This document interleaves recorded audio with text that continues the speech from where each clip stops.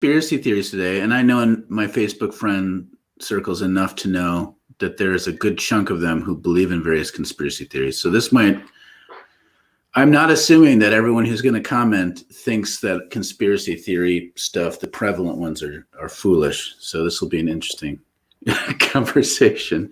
I'm a harsh skeptic of anything conspiratorial. But we're very excited that Ellen's back. Yeah. Ellen, it turns out, is the transmission official researcher on conspiracy theories. Yeah. I've just learned that in the last 15 minutes. Yes. And Ellen was going to receive a PhD in conspiracy theories, but the government wouldn't let Blocked her. it. Blocked Yeah, it. I have to go through the Open Masters program now. Mm-hmm. Okay. All right. Yeah. So one of the things that we have been noticing, which is why we're doing this episode, is that the conspiracy theory energy is very thick right now. Indeed. Yes. So Ellen, maybe you could actually start off with sharing some of your research and particularly the one very interesting fellow that we're all really excited about now. Well, I just found this guy who does a daily video. He calls it a news broadcast. His name is Smokin' Joel McHale. Not to be confused with Joel McHale of The Soup. He is from Sydney, Australia, and his page is called Save the World. Wait, what is this? Save the World Army. Whoa. And this is 1,313th episode, and his episodes are like an hour and 45 minutes long. It's just him with his curly hair, and he starts every episode, "Ladies and gentlemen," and I'm a little concerned we're giving this guy so much publicity. 1,000. Yeah, we're gonna bump his ratings up because of our mass followership. Yeah. You got to believe that guy has a lot of white walls covered with ink and scribblings. 1,000 episodes plus over an hour each. That's a lot of dedication. Yeah. Well, yeah, I think I agree that the conspiracy theory atmosphere is thick right now, and I think part of that is one of the intrinsic things to conspiracy theories is like moving from being an outsider to belonging, and because people are isolated, there's more of like an outsider feeling because I'm alone in this. So conspiracy theories are like a shared belief where you have some sense of belonging even though you're socially isolated. Mm-hmm. Yeah, that's a really good point, right? So believing the group of believers, which of course a lot of people say this about religion, right? Which a lot of people say religion is just one big conspiracy theory.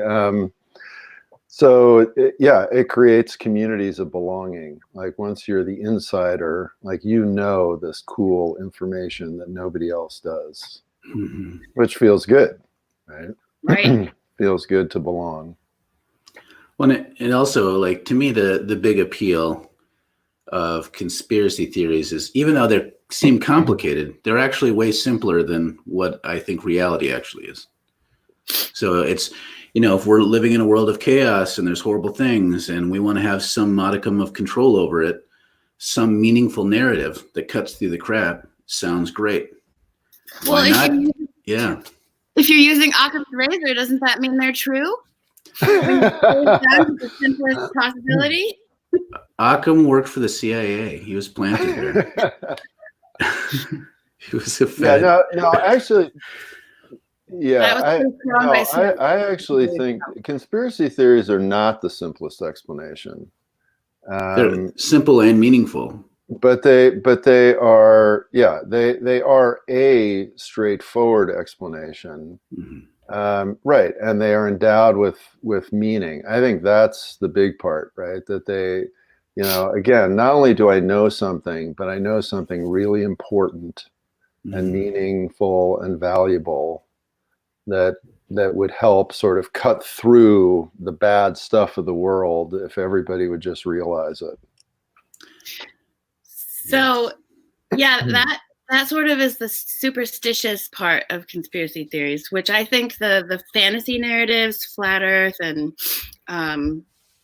what are some of the my dad's one about raccoons, a giant pack of rabid raccoons coming from the west to the Midwest. That you can see from a satellite image on space. Having these sort of wait a minute, I lost you. What?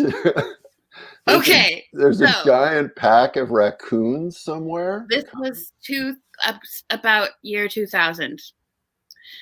He bursts into our house after work one day, after his normal commute, and it's like it sort of seemed like he was in a panic. Okay. We have to prepare because a giant pack of rabid raccoons that you can see from a satellite image is coming this way. Yeah. So I would put that in the just sort of wacky, sort of like a superstition belief that helps you have certainty or find some sort of meaning or understanding about the world. But there's other reasons, like having this. I want to be really careful not to say crazy theory, because that's a different thing. But having this really different narrative about the world gives you like control. You find security by having control over the narrative. And most of the things that this is about, like, I'm not a climate scientist. So somebody who thinks that climate change is a hoax, I have some facts from studying, but I can't like go into the scientific, mathematical reasoning. And so when they come back with all of this well-studied, basically control the narrative conversation, then they're like, see, you have no response. Right. Well, yeah. And so already, I mean, I think we've highlighted sort of several different types or subtypes or issues here, right? So you know, there is the person that is clinically delusional, right?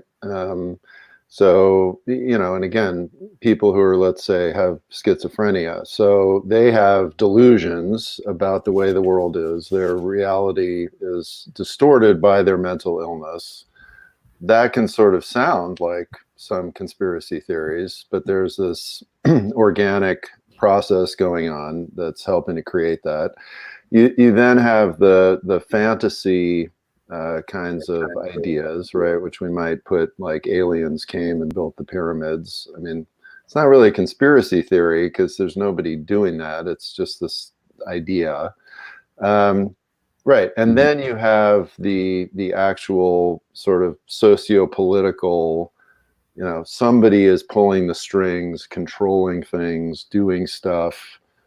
The narrative we're being given is categorically false. There is this true narrative behind the scenes that only I and some of my close personal friends know about. And those are the ones that are the most dangerous because that's where usually scapegoating feeds right into that, because a disproportionate number of these conspiracy theories are controlled by Jews.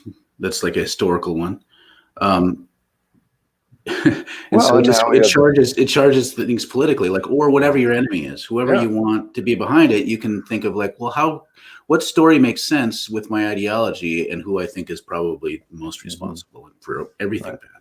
And growing up with those kinds of stories, I think, is sort of what primed my transition into, the sort of religious teaching of anti-empire. Because always having this scapegoat means that you can transition into the emperor or the elite being that scapegoat. Mm-hmm. Mm-hmm. Mm. I mean, that's, there are people who would probably think that maybe all of us, but I know people have thought that I'm a conspiracy theorist because to them it just seems irrational that you'd say capitalism is almost willfully toxic. That takes a conspiratorial mind to see that. Just to throw up there's been a couple of comments. Here's one from Colin. So many of these theories function as a replacement for religious narratives. My friend's mother has become so absorbed by one internet conspiracy cult, she has stopped identifying as a Catholic and now believes only in some wishy-washy universal awakening we're always on the cusp of. It's also cost her lots of money. Right. Yeah. Yeah. Yeah, so spiritual awakening comes from not drinking tap water that's been contaminated with fluoride that calcifies your pineal gland. You can go on and on. Yeah.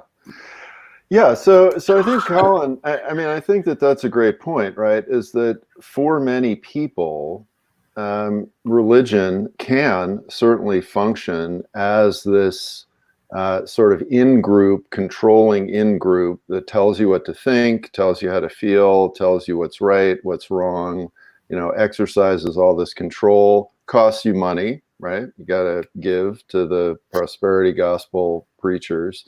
And so, yeah, so you do see that people will switch from one highly controlling in-group to another. And that happens all the time. It also happens sometimes as a result of personal crisis, right? I mean, I have a friend in Northwest Minnesota, very smart guy. He's a lawyer, had a great job.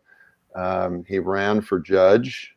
He lost the election, was personally just devastated. And this precipitated this crisis. And he got sucked into the internet conspiracy world. And basically kind of lost his mind in some ways. And, and a lot of it was driven by a lot of his personal emotional angst at not getting this thing that he really wanted. And so it had to be somebody else's fault. It had to be some other kind of system that was up against him.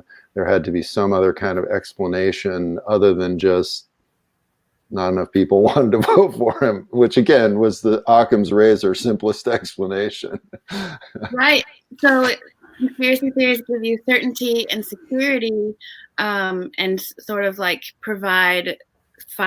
you think you're finding power out of your powerlessness, but they've done studies on college students. They need to do more studies on people who actually started out believing conspiracy theories, but they've done studies on people who didn't start out believing them and threw them into learning about conspiracy theories intensively. And those college students came out more insecure about their outlook on the world. It's much more distrustful and insecure. And so the way that narrative works is sort of self-defeating as far as what you're looking for. Interesting. So we haven't now mentioned coronavirus yet, but we're almost halfway through, so we probably should.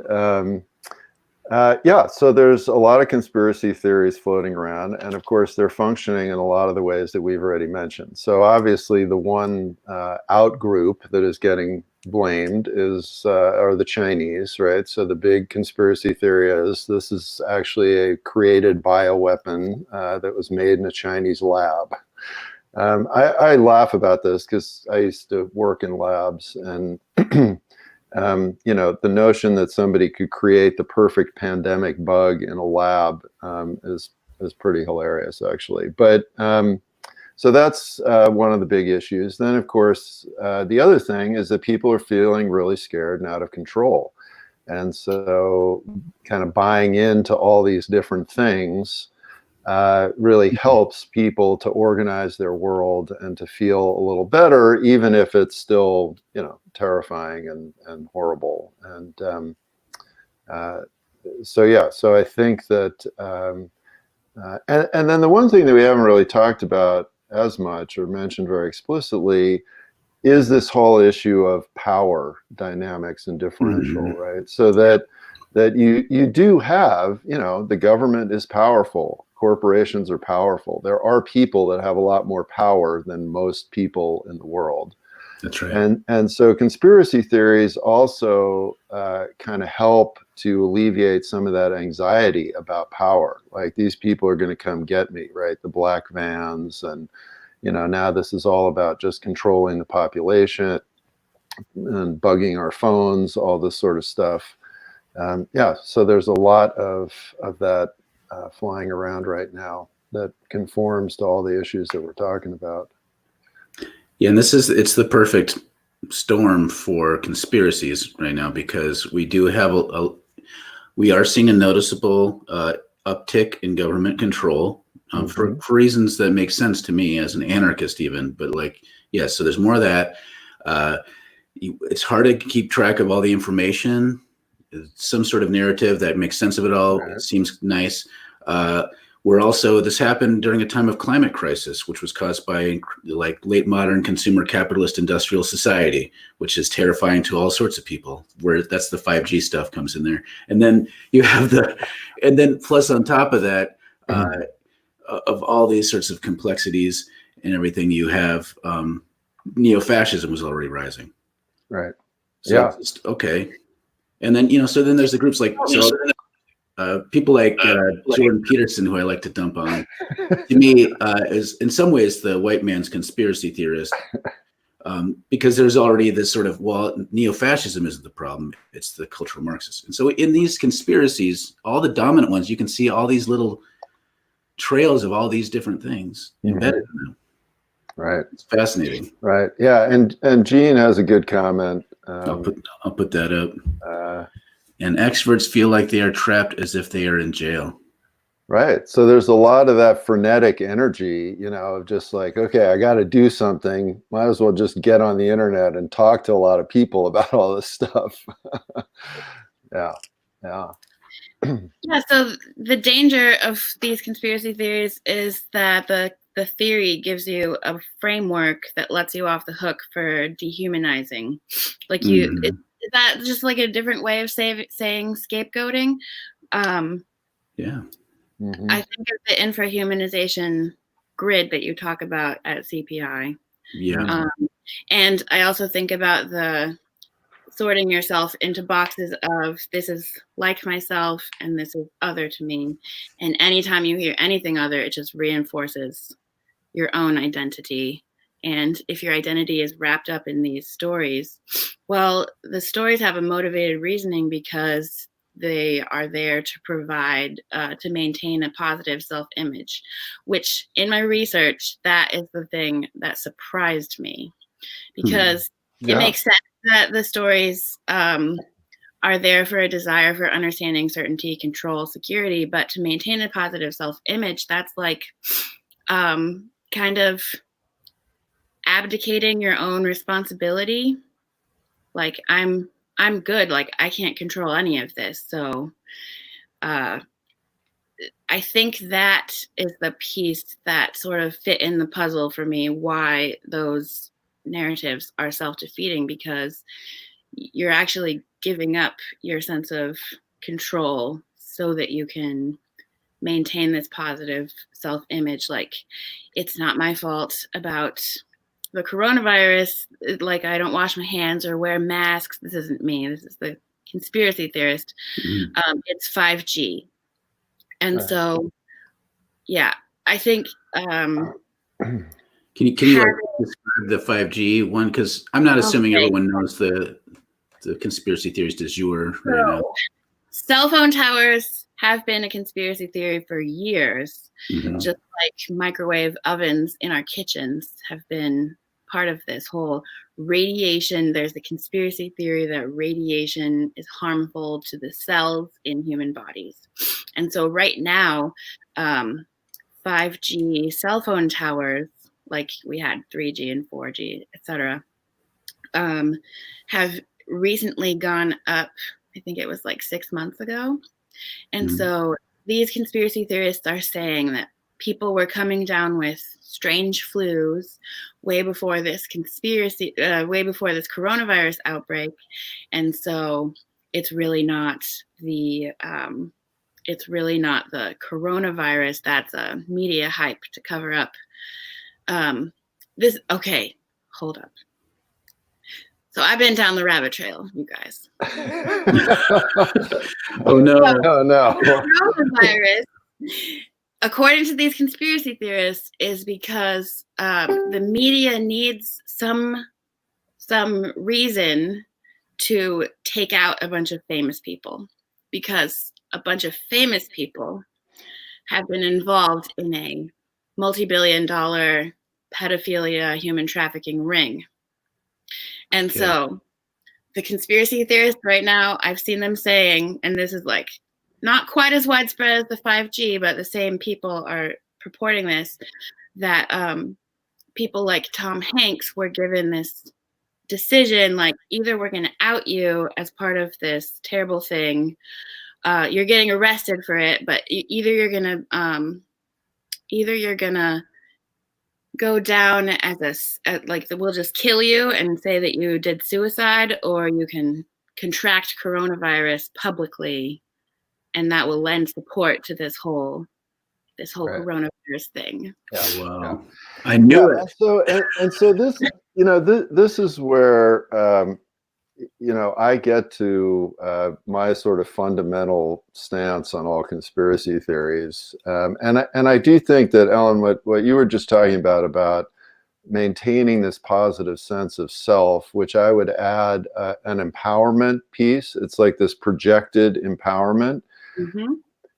Comes in, because the thing about the reason I don't believe any conspiracy theories is that there's no group of people that is good enough at stuff to make all this happen and keep it secret, right? Like, and I actually saw this great little meme about this the other day, which is that people that believe in conspiracy theories obviously have never been a project manager. I mean, in order for all these things to work and happen, right, and 9/11 or whatever, I mean, it literally requires thousands and thousands of people doing everything absolutely perfectly, nothing going wrong, and nobody telling, which, as we all know, is impossible. I mean, it just doesn't happen, right? But that's part of this projected positive self-esteem and almost megalomania.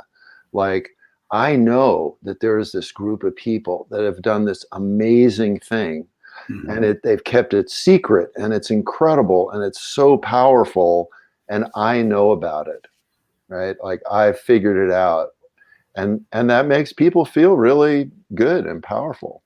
And once they've invested enough time researching, then it's the fallacy of sunk costs. Like, you can't give up the idea once you've committed to it, because then you'll be seen as like a flip-flopper. Yeah, well,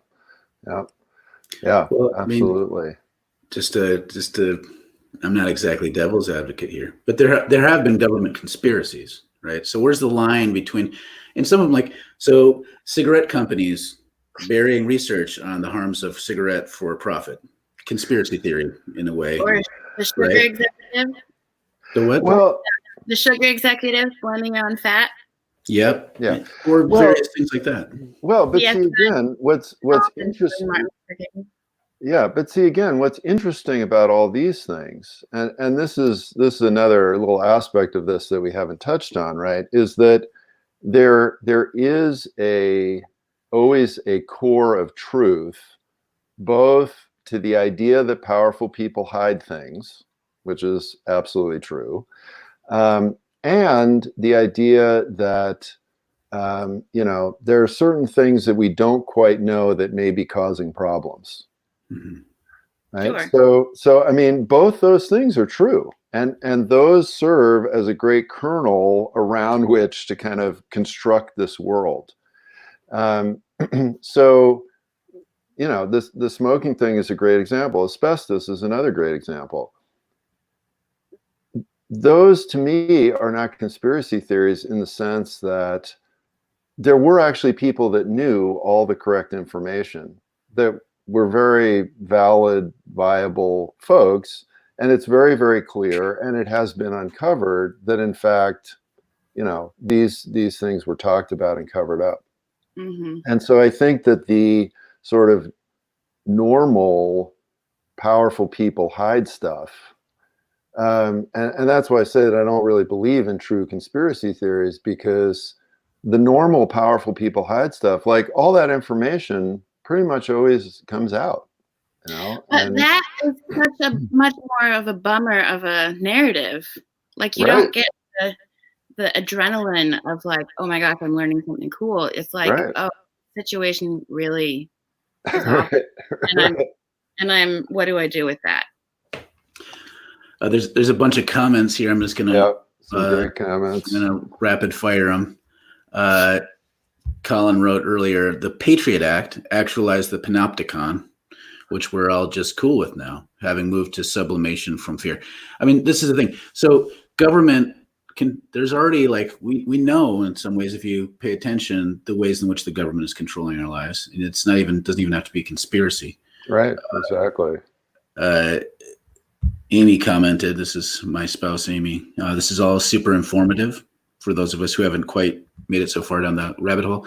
We live to serve. Why we're here is to educate the populace against government corruption.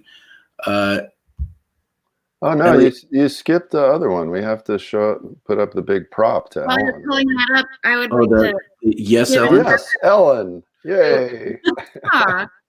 Yeah. I'd like to give a shout out to Science Mike. You might have heard of him. He does a podcast and I think video podcast now. Science Mike.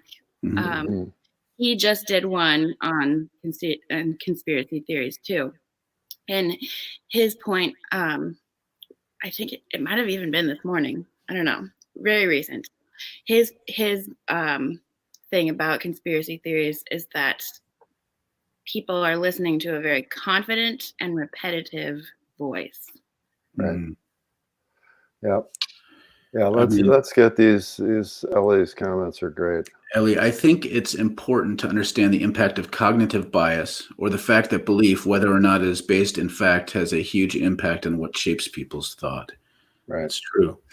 Yeah, and actually, and again, one of the things, I mean, when you train as a scientist, one of the aspects of that is that you train yourself in this skepticism. Mm-hmm. Right. So you actually try to train yourself in what are your cognitive biases, being able to let go of that, being continually skeptical about things. And when you don't have that training, or you don't even understand that, then the cognitive bias, if it's constantly reinforced by some particular narrative, and I mean, we're seeing this all the time, whether it's conspiracy theories or not. I mean, that's the political divides, right? People are constantly reinforcing their cognitive biases by what they're listening to. And you can use the same training for skepticism to test like delusions and hallucinations. Right. I've been in mental health trainings where you test that, like, if you're going to act on a belief, you should look at what is the best case scenario and all the actions that I would do from that, and the worst case scenario, like, this is all true. What's the difference in how I would act? And then move forward with the best ways of act, like, no matter what the case is. Yeah. Colin writes, conspiracies are the new god of the gaps, in my opinion. It's true. It's like, if there's something that doesn't make sense, I'm going to slap in a conspiracy theory there. Right. And you missed Connie's comment. Sure. Kind of reinforcing. Conspiracy theorists are looking for an identity of power and knowing a secret. No. Ellie writes, conspiracy theories abound because people want to believe that they are not in control of their lives. Yeah, we touched on that a little bit. So they look for proof of their lack of power through conspiracy theories. It's not my fault. Right. That's kind of really, there's nothing I can do about it except for now, if I speak the truth and convince enough people, then I'm an evangelist. Yeah, like, and it's shoot a place and say it was government mind control. Mm-hmm. Mm-hmm. Yeah, and it's not just like I don't want to believe that I'm in control from a bad point of view. taking on responsibility in a complex world is exhausting. I mean, it's hard, right? It is. And it takes work, and it takes awareness and attention and practice and building community, and and it's a lot easier to just say, yep, 5G, weird Chinese lab, I can't do anything about anything. Like, that's a lot easier. Okay, Kathleen's comment here. And this is I think this gets at a lot of the psychology here. When people are desperate for hope, they are vulnerable to these conspiracy theories. I mean, there's a lot of reasons to feel desperate. Mm-hmm. I mean, this is why I think it's important to talk about this topic now, not only as a political reality, but as a spiritual one. Yes. Because if you're pushing up against despair, like, what are your options? Like, really, I don't have much power. There's not very much that I can do to change hardly anything. I can't even change myself. So why not believe something that's comforting and empowering? And I'll try to pick one that's not as anti-Semitic as some of the other ones. Like, that's, why not just go in there? Right. The alternative is this is the contemplative piece in my mind, is just to be able to pay attention more and more and be present and not lose ourselves in the infinite web of abstraction that conspiracy theories are. Right. Yep. Gene writes, this gets into the blurry line between conspiracy theories and other things. Racism, sexism, etc., seem very similar to conspiracy theory. Mm-hmm. It's almost like these are actually things that exist, and people, whatever the opposite of a conspiracy theory is, they want to believe this delusional shared framework that those things don't exist. Mm-hmm. It's the opposite of a cover-up. Yeah. So I think that what Mark, what you're just talking about there about what is kind of the spiritual issue here, and I think we've been talking about that really a lot all the way through. Which from the contemplative point of view comes back to no matter how powerless you are as an individual, we can always sit down and engage reality directly from our point of view and from our community's point of view. And that is a far more healthy thing to do than to be imagining and fantasizing something far away outside of us that we really have no control over, and that we have no idea whether that's correct or not. All right. Well, we're at the end of our time. Yeah, we've blazed through this. Ellen, thank you so much for coming back. I learned something. I learned something great about it. I had no idea that you were such a conspiracy theory expert. So this was fun to learn about. Oh, I wouldn't say expert. Oh, you seem pretty expert to me. And thank you for theory about that. Thank you for warning us about the army of raccoons marching steadily eastward. See them from space. They're from space? You can see them from space, like the you can see them from space. From satellite imagery. Okay. God help us all. Really.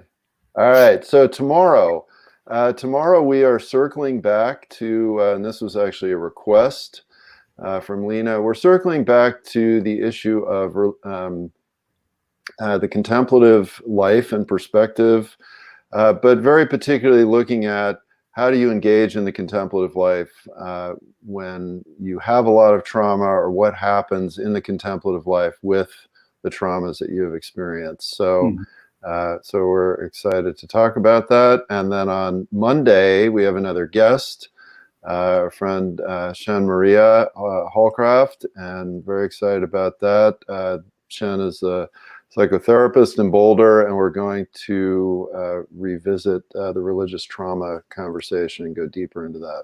So that'll be great too. Trauma all around. Well, we're in the midst of a big trauma, so we gotta deal with it directly. Let's look at it instead of conspiracy theorying it away. Mark, I remember you were in Conspire magazine. No, I wasn't. All right, we gotta go quick. Bye, everybody. Bye. Bye.